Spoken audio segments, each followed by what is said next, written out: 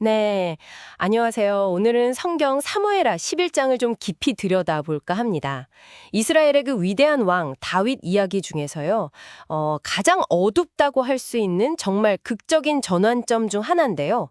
전쟁이 한창일 때인데 왕은 예루살렘에 혼자 남아 있었거든요. 그때 벌어진 사건이죠. 네, 맞습니다. 바로 그 지점이에요. 보통 왕들이 전쟁터에 나가는 게 뭐랄까 당연한 시절이었는데 다윗은 예루살렘에 머물렀다는 거. 1절. 여기로부터 이야기가 좀 복잡해지기 시작합니다. 권력, 또 유혹, 그리고 그 결과가 얼마나 파멸적인지. 인간 문성의 여러 면을 아주 적나라하게 보여주는 장이라고 할 수 있겠습니다. 네. 이야기는 어느 날 저녁 다윗이 완궁 옥상을 이렇게 거닐다가 시작돼요. 2절. 거기서 목욕하는 여인을 보게 된 거죠. 정말 아름다웠다고 기록되어 있습니다. 그래서 사람을 보내 알아봤더니 그녀가 햇사람 우리아의 아내 밧세바였던 거예요. 3절. 아, 여기서 햇사람이라는 점도 좀 눈여겨볼 만해요. 우리아는 이스라엘 사람이 아니었잖아요. 이방인 출신인데도 나중에 보면 알겠지만 이 왕과 이스라엘 군대에 대한 충성심이 정말 대단했거든요. 그런데 다윗은 왈이니까 그 권력을 써서 그냥 밧세바를 궁으로 데려오게 하죠. 4절. 그리고 결국 동침을 하고요. 이게 참 권력이라는 게 어떻게 도덕적인 선을 쉽게 무너뜨릴 수 있는지 보여주는 것 같아요. 그렇죠. 근데 문제가 여기서 끝나지 않잖아요. 4-5절 얼마 뒤에 밧세바가 임신했다는 소식을 다윗에게 전해온 거죠. 다윗 입장에서는 이게 정말 큰일 난 거잖아요. 자신의 행동을 어떻게든 숨겨야 하는 그런 급박한 상황이 된 겁니다. 네, 그래서 다윗이 이제 머리를 쓴 게 첫 번째 계획이 뭐였냐면 전쟁터에 있는 남편 우리아를 예루살렘으로 부르는 거였어요. 6절. 겉으로는 뭐 잘 지내는지 전쟁은 어떤지 묻는 척했지만 8절. 진짜 속셈은 우리아를 집으로 보내서 밧세바랑 자게 만들려는 거였죠. 그러면 이제 아이가 자연스럽게 우리의 아이처럼 보이게 되니까. 아, 그런데 우리아의 반응이 정말 예상밖이었어요. 왕이 집에 가서 좀 쉬라고 하는데도 안 가잖아요. 그가 하는 말이 참 인상 깊은데 언약궤와 이스라엘과 유다가 다 야영 중에 있고 내 죽은 요압 장군님과 부하들도 다 들판에서 자는데 제가 어떻게 집에 가서 편히 먹고 마시고 아내와 잠자리를 같이 하겠습니까? 11절. 이러면서 왕궁 문 앞에서 그냥 부하들이랑 같이 자버려요. 9절.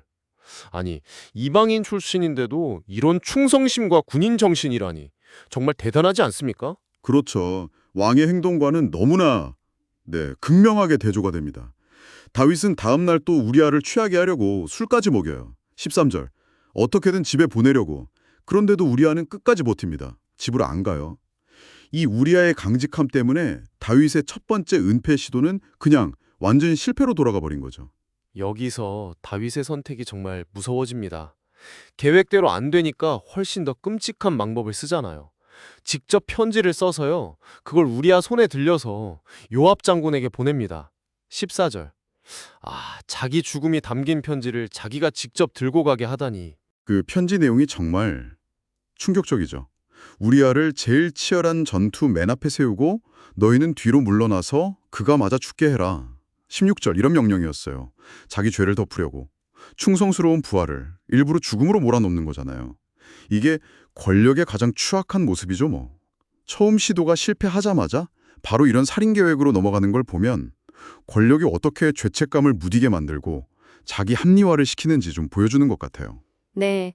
그리고 요압 장군은 왕의 이 비정한 명령을 그대로 실행합니다. 16, 17절.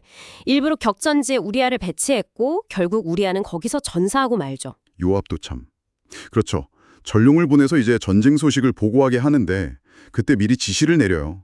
혹시 왕이 전투 방식 때문에 좀 화를 내는 것 같으면 마지막에 꼭 이 말을 덧붙이라고. 왕의 부하 햇사람 우리아도 죽었습니다. 21절라고요. 아마 우리아의 죽음 소식이 왕의 분노를 좀 잠재울 거라고 생각했거나 아니면 이 모든 일의 배후를 알고 있다는 어떤 그런 신호였을 수도 있고요. 다윗의 반응은 더 놀랍죠. 우리아의 죽음 소식을 듣고도 너무 태연해요. 칼은 원래 이 사람도 저 사람도 삼키는 법이다. 이러면서 오히려 요압을 격려하라고 말합니다. 죄책감 같은 건 전혀 안 보이는 모습이죠. 그리고 밧세바가 남편의 죽음을 애도하는 기간이 끝나자마자 바로 그녀를 아내로 맞이해요. 그리고 아들을 낳고요. 26, 27절. 하지만 이야기가 여기서 딱 끝나면 좋겠지만 그렇지 않죠. 이 11장의 마지막 구절이 아주 중요합니다. 다윗이 행한 그 일이 여호와 보시기에 악하였더라. 27절. 딱 이렇게 마무리를 해요. 이건 그냥 서술이 아니라 앞으로 다가올 어떤 심판, 그 비극적인 결과에 대한 강력한 예고라고 봐야 합니다. 그의 행동이 인간적으로도 문제지만 신 앞에서는 명백한 악행이었다는 걸 딱 못 박는 거죠. 네, 오늘 저희는 사무엘하 11장을 통해서 한때 정말 위대한 영웅으로 칭송받았던 다윗이 어떻게 한순간의 유혹에 넘어가서 죄를 짓게 되고 또 그걸 덮으려고 더 큰 죄악으로 빠져드는지 그 과정을 생생하게 봤습니다. 권력의 정점에 있던 한 인간이 어떻게 도덕적으로 무너져 내리는지를 정말 적나라하게 보여주는 이야기였던 것 같아요. 맞아요. 그 순간적인 욕망 하나가 결국에는 충성스러운 부하의 죽음, 그리고 자기 자신의 몰락까지 가져온 거니까요. 특히 모든 걸 알면서도 끝까지 자기 자리에서 의리와 충성을 지켰던 그 우리아의 모습, 이게 다윗의 배신과 너무나 선명하게 대비되면서 참 많은 생각을 하게 합니다. 그렇죠. 이 이야기가 오늘 우리에게 이런 질문을 던지는 것 같아요. 만약에 당신에게 거부하기 힘든 그런 유혹이 찾아오고 또 그걸 완벽하게 덮을 수 있을 것 같은 절대적인 권력이 주어진다면 그때 당신의 선택은 과연 다윗과 다를 거라고 확신할 수 있을까요? 그리고 한번 잘못 내디딘 그 발걸음이 개인을 어디까지 끌어내릴 수 있는지 그 위험성에 대해서도 한 번쯤 생각해 볼 필요가 있지 않을까 싶습니다.